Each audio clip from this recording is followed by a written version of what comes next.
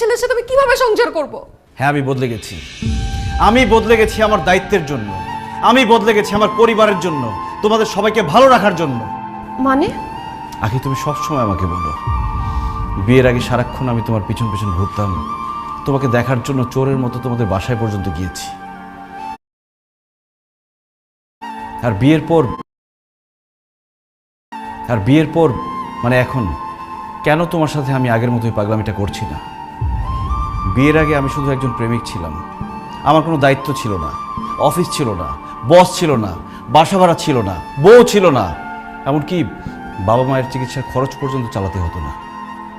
আমার পৃথিবীতে ছিল শুধু তুমি আর তুমি, তাই শুধু তোমাকে দেখতে চাইতাম, তোমার পিছন পিছন ঘুরতাম, তোমার জন্য পাগল হয়ে যেতাম। বিয়ের আগে তুমি শুধু আমার প্রেমিকা ছিলে, তোমার জন্য আমার এক্সট্রা কোনো খরচ করতে হতো না। কিন্তু বিয়ের পর তো তুমি আমার বউ, তোমার ভরণ পোষণ, তোমার দায়িত্ব, তোমার থাকা খাওয়া সব কিছুর দায়িত্ব আমাকে নিতে হচ্ছে। আমাদের বাসা ভাড়াটা এখন আমাকে দিতে হয়, আমার বাবা মায়ের চিকিৎসার খরচ আমাকে দিতে হয়। আর এই সংসারের পুরো দায়িত্বই তো এখন আমার।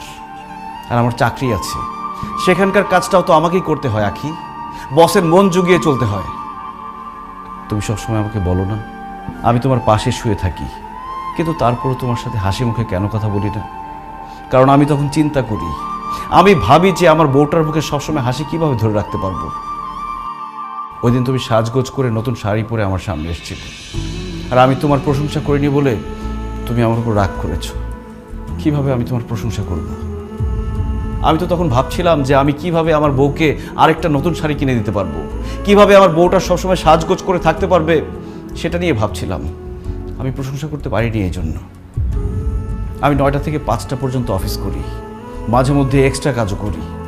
অফিসে বসের সাথে কথা বলে, কলিগদের সাথে কথা বলার পর আর কথা বলার মতো কোনো শক্তি থাকে না আমার, তাই এসে আমি শুয়ে পড়তে চাই। আখি, দিন শেষে আমিও মানুষ, আমি রোবট না, আমিও ক্লান্ত হই, আমারও ঘুম আসছে, আমার ঘুম আসতে ইচ্ছে করে। তুমি সবসময় বলো না কেন আমি কাজকে সবসময় প্রাধান্য দিই, বসকে সবসময় প্রাধান্য দিই? আমার বসকে যদি আমি প্রাধান্য না দিই, আমার চাকরিটা চলে গেলে আমি তোমাদেরকে কোথায় রাখবো, কি খাওয়াবো? আখি, প্রেমিকের সাথে কখনো স্বামীর তুলনা করো না। একজন প্রেমিকের কোনো দায়িত্ব নেই, সে অনেক কিছুই করতে পারে, কিন্তু একজন স্বামীর মাথায় তার স্ত্রী, তার সংসার, তার বাবা মা সব কিছুর দায়িত্ব থাকে। আর একজন স্বামী নির্দিষ্ট একজন মানুষকে খুশি করার জন্য চাইলেও অনেক কিছু করতে পারে না। একজন প্রেমিক তার প্রেমিকাকে যতটুকু